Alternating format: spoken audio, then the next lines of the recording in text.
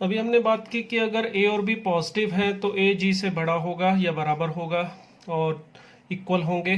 अगर ए और जी तभी हो सकते हैं जब दोनों नंबर भी सेम हो। अगर नंबर पॉजिटिव हैं तो हमने कहा कि अर्थमेटिक मीन की वैल्यू तो होगी A plus B by two और ज्योमेट्रिक मीन की वैल्यू होगी रूट ऑफ ए बी। और नंबर अगर नेगेटिव है दोनों तो अर्थमेटिक मीन तो सेम रहेगा A plus B by two और जी की वैल्यू आएगी minus root of A B.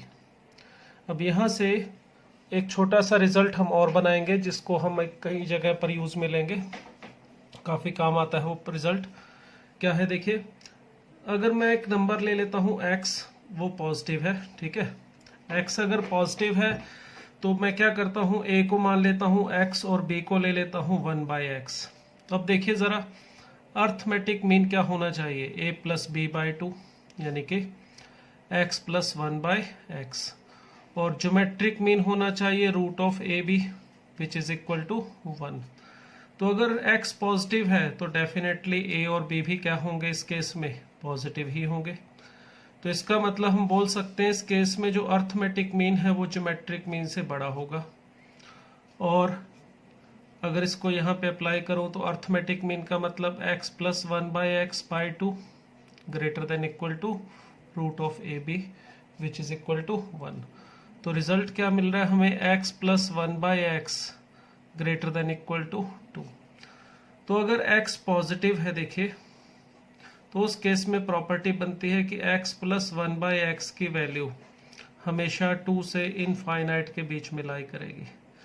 और एक बात और, x plus 1/x is equal to 2 कब होगा भाई, ये इक्वल टू 2 तब आएगा जब ये अर्थमेटिक मीन और ज्योमेट्रिक मीन इक्वल होंगे। और अर्थमेटिक मीन और ज्योमेट्रिक मीन इक्वल कब होंगे, जब a और b इक्वल होंगे। a और b इक्वल होने का मतलब क्या हुआ, x is equal to 1/x। तो यहाँ से वैसे तो x की दो वैल्यूज मिलती हैं, 1 एंड -1, मगर हम किसके बारे में बात कर रहे हैं, पॉजिटिव के बारे में। तो अगर इसको सॉल्व करोगे तो ये सिर्फ और सिर्फ एक ही केस में होगा जब x इज इक्वल टू क्या होगा, 1। तो याद रखिएगा x प्लस 1/x की वैल्यू हमेशा 2 या 2 से बड़ी रहेगी और 2 सिर्फ और एक ही केस में हो सकती है जब x इज इक्वल टू 1 होगा। इसी तरह से अगर हम x को नेगेटिव लेते हैं तो उस केस में arithmetic mean greater than geometric mean का यूज करें इसी a और b के ऊपर। तो x प्लस, सॉरी उल्टा लिखना होगा इस बार, क्योंकि अगर नंबर नेगेटिव है तो अर्थमेटिक मीन ज्योमेट्रिक मीन से छोटा होगा। तो अर्थमेटिक मीन तो यही रहेगा, ज्योमेट्रिक मीन हमारा minus root of A b यानी कि रूट ऑफ 1 और आगे लगा हुआ है माइनस।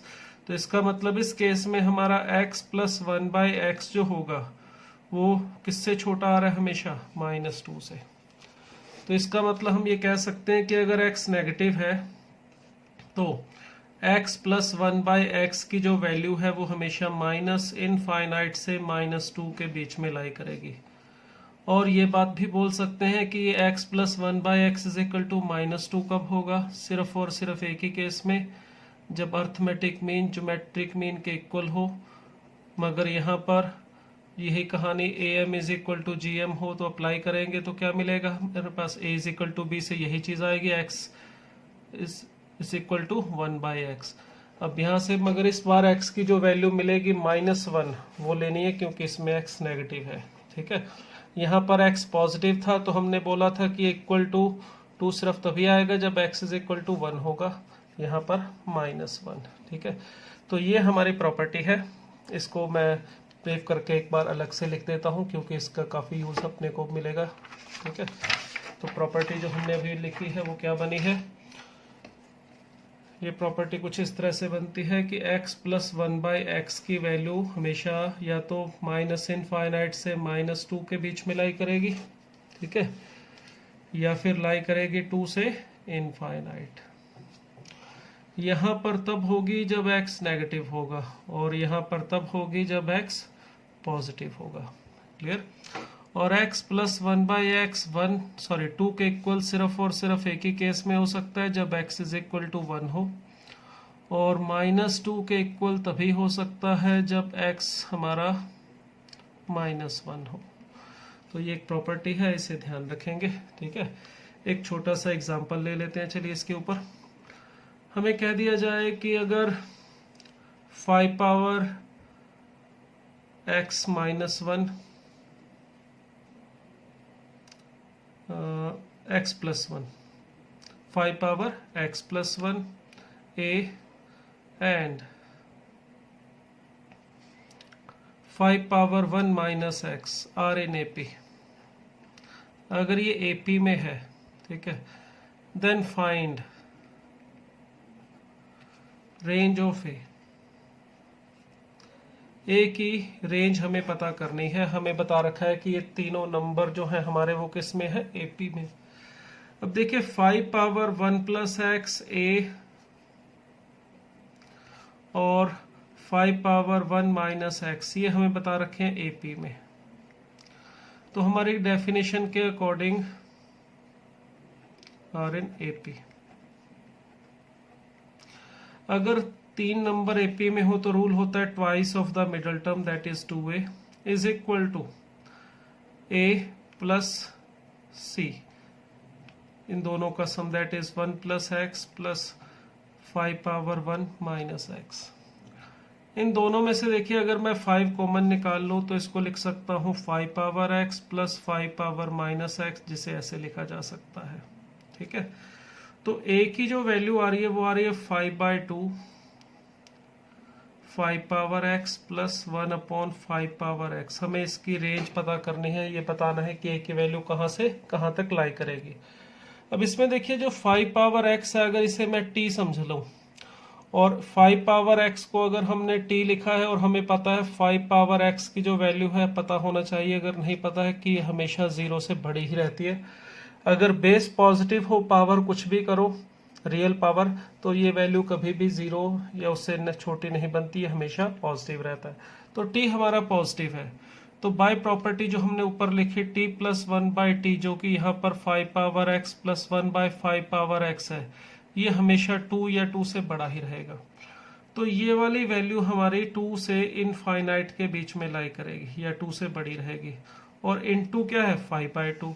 अगर ये वाली वैल्यू 2 से बड़ी होगी तो इसे 5/2 से मल्टीप्लाई करो, 5 power x plus 1 upon 5 power x greater than equal to 2 into 5/2। इसका मतलब ये जो वैल्यू है हमारे पास, ये किससे बड़ी आएगी, हमेशा 5 से। तो ये हमेशा 5 से बड़ी आने का मतलब a की वैल्यू 5 से लेके इनफाइनाइट के बीच में लाई करेगी। तो ये आ रही है इसकी रेंज। क्लियर। तो इस तरह से हमने इस प्रॉपर्टी का यहाँ पे यूज किया, ऐसे और भी कई जगह पर आपको इसका यूज मिलेगा। चलिए कुछ और एग्जांपल भी लेते हैं इसके ऊपर। नेक्स्ट देखिए हमें कहा गया है इसमें, नेक्स्ट एग्जांपल में x y z है हमारे डिस्टिंक्ट पॉजिटिव नंबर्स, ये पॉजिटिव नंबर्स दिए गए और हमें प्रूव करने के लिए कहा गया x plus y, y plus z, z plus x बड़ा होगा किससे, 8 टाइम्स x y z से। तो कैसे करेंगे देखिए इसको। अगर x और y पॉजिटिव है तो अर्थमेटिक मीन बड़ा होगा हमेशा ज्योमेट्रिक मीन से। क्लियर।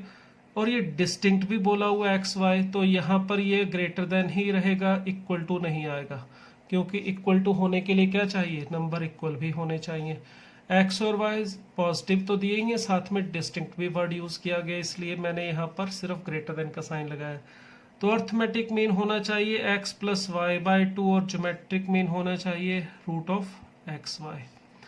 तो यहाँ से हम कह सकते हैं एक्स प्लस वाई बड़ा होगा किससे, 2 रूट ऑफ एक्स वाई से। इसी तरह से y और z भी पॉजिटिव है, यहाँ पर मुझे y प्लस z दिखाई दे रहा है, इसे बनाने की कोशिश कर रहा हूँ। तो y प्लस जेड बाई 2, इसका अर्थमेटिक मीन, इनके geometric mean root of y z से बड़ा होना चाहिए। तो ये बोला जा सकता है y plus Z greater than क्या होगा, 2 रूट ऑफ y z। इसी तरह से z और x भी पॉजिटिव है, तो z प्लस एक्स बाई 2, इनका अर्थमेटिक मीन भी इनके ज्योमेट्रिक मीन एक्स जेड से बड़ा ही होना चाहिए। तो लिख सकता हूँ z plus x greater than क्या होगा, 2 root of x z. Clear. अब देखिए ये तीनों इनइक्वलिटी में ये जो साइड्स हैं लेफ्ट साइड और राइट साइड ये पॉजिटिव है, क्योंकि मेंशन किया हुआ एक्स वाई जेड पॉजिटिव है। अगर ये इनइक्वलिटी है और पॉजिटिव नंबर्स के बीच में है तो आप इन इनइक्वलिटीज में मल्टीप्लिकेशन कर सकते हो। मैंने बोला है अगर इस तरह से ये पॉजिटिव है दोनों साइड तो मल्टीप्लिकेशन ऐसे बड़ी साइड बड़ी के साथ छोटी साइड छोटी के साथ की जा सकती है। अगर ये पॉजिटिव नेगेटिव कन्फर्मेशन नहीं होती तो नहीं कर सकते थे, ठीक है। उस केस में साइन सेम रहने की कोई गारंटी नहीं होती है, ठीक है।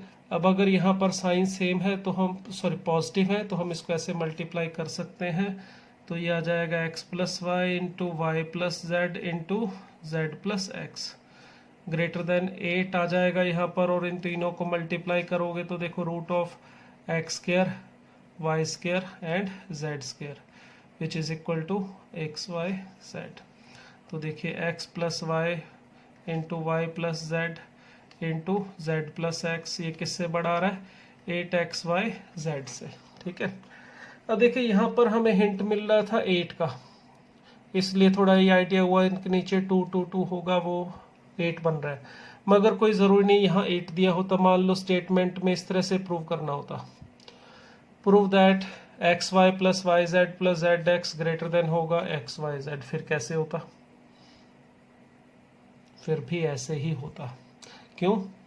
अगर हमने ये प्रूव कर दिया कि x y plus y z plus z x 8xyz से बड़ा है और xyz पॉजिटिव नंबर है तो डेफिनेटली 8xyz xyz से भी तो बड़ा होगा। तो अगर हमें यहाँ पर 8 ना दिया होता, सिंपल xyz दिया होता तो भी ये प्रूव हो चुका है इस तरह से। अगर ये a b से बड़ा है और b c से बड़ा है तो हम कह सकते हैं a is greater than c। तो यहाँ पर ये बात ही हम यहाँ पे सीधा सीधा बोल सकते थे। क्लियर? तो इस टाइप के इनइक्वलिटी के एग्जांपल हम कर सकते हैं AMGM की हेल्प से। एक और एग्जांपल लेते हैं, चलिए। चलिए नेक्स्ट एग्जांपल जो इसमें देखिए क्या दिया है हमें। इसमें हमें दिया है कि arithmetic mean of two positive numbers a and b, ठीक है। a बड़ा दिया है b से, is twice their geometric mean then find a ratio b। हमें दो नंबर जो है a और b उनका जो अर्थमेटिक मीन है, देखिए अगर नंबर पॉजिटिव है तो अर्थमेटिक मीन होना चाहिए a प्लस b बाई 2 और ज्योमेट्रिक मीन होना चाहिए रूट ऑफ ए बी। हमें मेंशन करके दिया हुआ है कि जो अर्थमेटिक मीन है वो ट्वाइस है ज्योमेट्रिक मीन से और a और b का रेशियो फाइंड आउट करना है। अगर इसका हम यूज करें तो देखिए a प्लस बी बाई 2 हमें मिलेगा यहाँ पे 2 रूट ऑफ ए बी के इक्वल। 2 को अगर हम ऊपर ले जाएं तो a plus b is equal to मिल जाएगा 4 root of A b. Root हटाना चाहते हैं तो स्क्वायर कर सकते हैं, तो स्क्वायर करने पर दोनों तरफ a square plus b square plus 2ab is equal to मिलेगा हमें यहाँ पर 16ab। क्लियर? तो देखिए क्वाड्रेटिक इक्वेशन मिल रही है a square minus 14ab plus b square is equal to 0।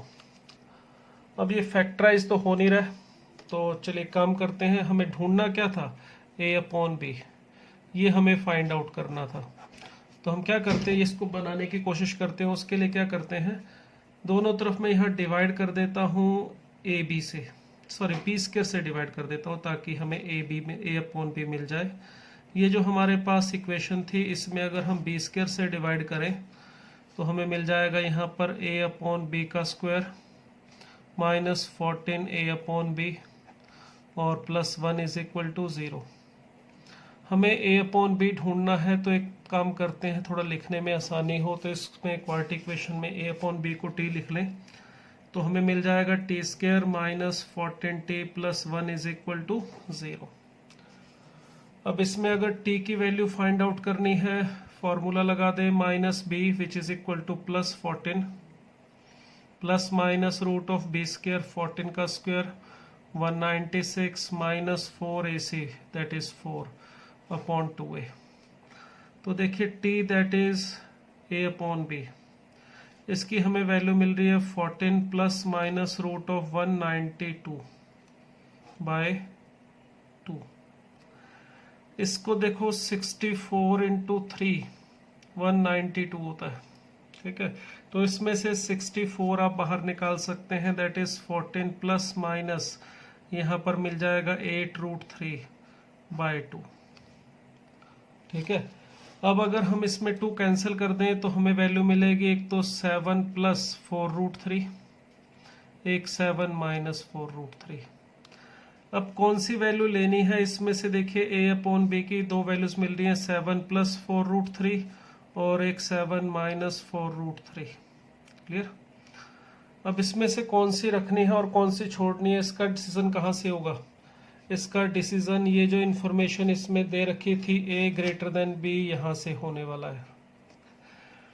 अगर ये ना दिया होता तो ये दोनों पॉसिबल आंसर होते, बट अगर a ग्रेटर देन b दिया और दोनों पॉजिटिव भी दिए हैं, ठीक है, तो इसका मतलब हुआ a/b की जो वैल्यू है वो 1 से बड़ी होनी चाहिए। अगर रिवर्स दिया होता, a लेस देन b दिया होता, तो a/b की वैल्यू 1 से छोटी होनी चाहिए। तो ये वाली वैल्यू देखो 7 माइनस 4√3 लेस देन 1 है, और ये 7 प्लस 4√3 ग्रेटर देन 1 है। तो इसका मतलब इस केस में क्योंकि ये मेंशन किया हुआ है ए बी से बड़ा है, तो इसका मतलब ये हमारा सही आंसर होगा। इस वाले आंसर को रिजेक्ट कर देते हैं, ठीक है। तो हमें ए और बी का रेशो चाहिए था, वो आ जाएगा 7 प्लस 4√3/1। क्लियर।